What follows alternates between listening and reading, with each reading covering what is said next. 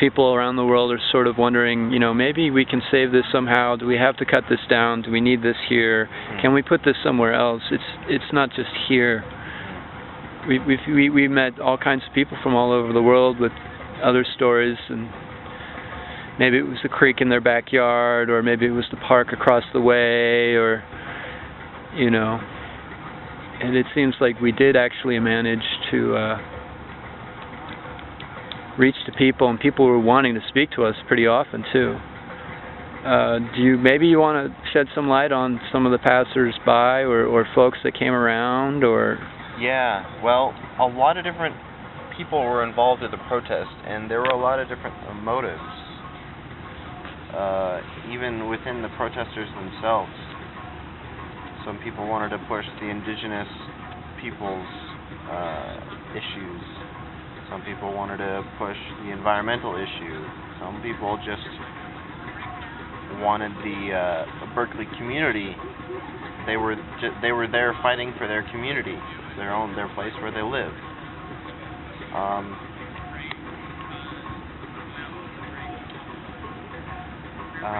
And so, as far as the passers-by, a lot of them probably the majority were students and faculty and staff from the university walking by that were too busy. Too busy to care. The Haas Business School was right there, and a lot of the people suited up. They didn't even turn their head to look. So it's kind of strange in that these people live in and around here, but they don't necessarily care about the physical environment. That's one of the biggest things I've learned: the importance of local issues. Instead of being distracted by something that's happening in national politics or something, in some other country, those things are very important. But what's also important is a person's immediate environment and the issues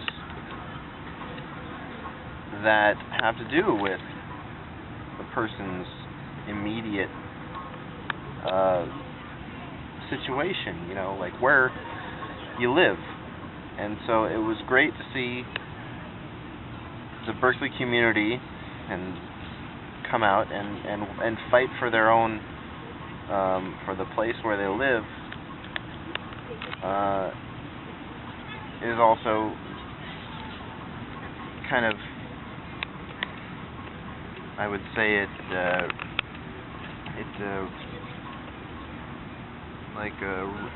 reinforced what I already supposed about a lot of society's main vein of people, that they're distracted by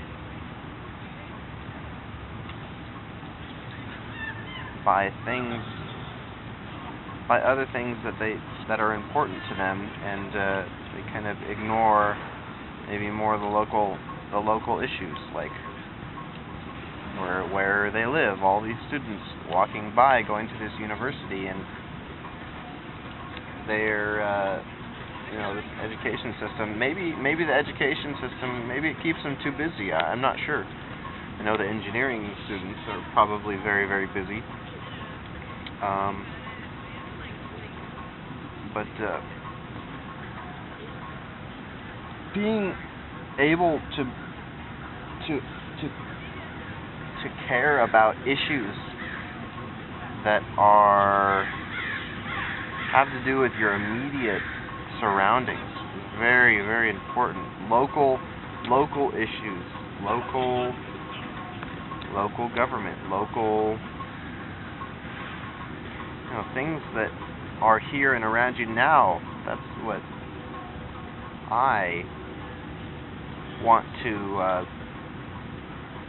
make a priority, as opposed to something on TV that is taking place across the world or in our national government. not being distracted by these things, but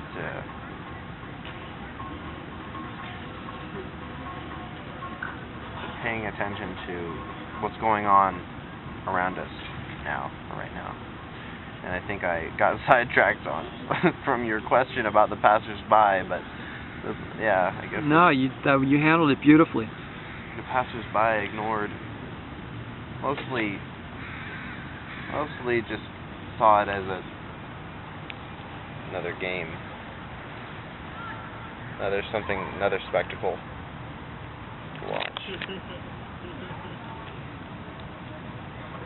That kind of. I have a couple of questions. What you just said just now kind of tells me something. You know, I mean, there was a lot of media attention. We had reporters, camera people, photographers. But what I was thinking of previously is kind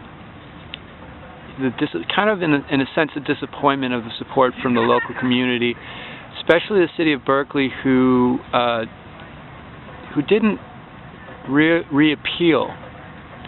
They didn't reappeal, and that caused further, you know, basically a failure of a conclusion within the litigation process. I mean, I don't know if the city of Berkeley was threatened from the UC Berkeley system, or if they were paid off, or, you know, I'm not the guy who knows about these things. I don't know if they just put their arms in the air and decided, well, we're just a city, we can't do everything. And in a lot of ways, it looks like straight arming from the state, not so much city apathy.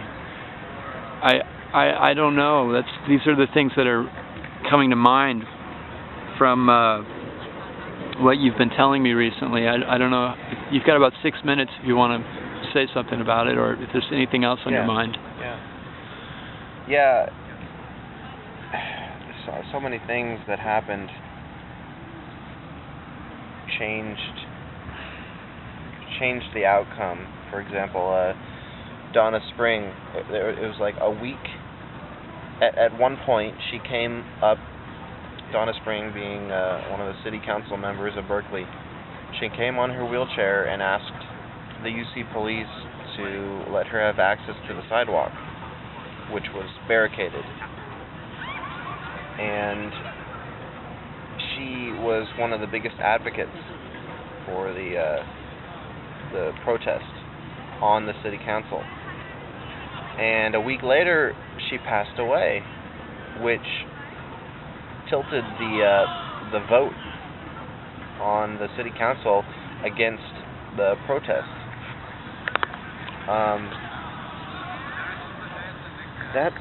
That is quite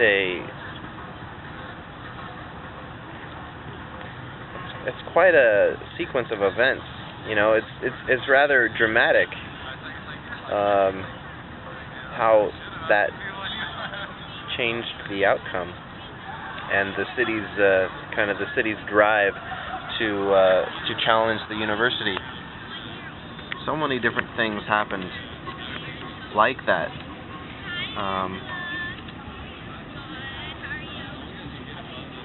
And the community of Berkeley was behind the protest, but in a very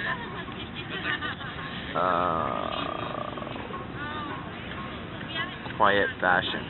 And I think that quietness, I suspect that quietness came after 20 months of protest. It seemed like there were, like I said before, there were different factions of the protest and that were pushing different issues. And I think a lot of the Berkeley community, some of the main key people were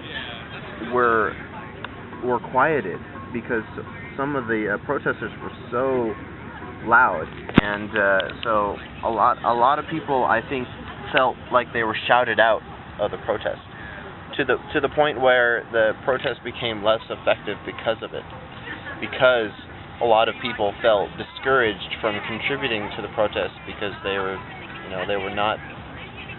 not being heard, or felt like some protesters were too fiery, and they couldn't contribute because they felt intimidated. That was a real pity, and that's something I would, if I was involved in another protest and had any say in the matter, make sure everyone was able to be heard and could communicate with all the other fellow protesters who were, they were protesting the same thing. It seemed like there was a lot. What I'm trying to say, there's a lot of unnecessary infighting that dragged down efforts to effectively save the Grove. And so, again, I've learned a lot, and I'm so thankful for having been here for this during this time in Berkeley. That's completely awesome.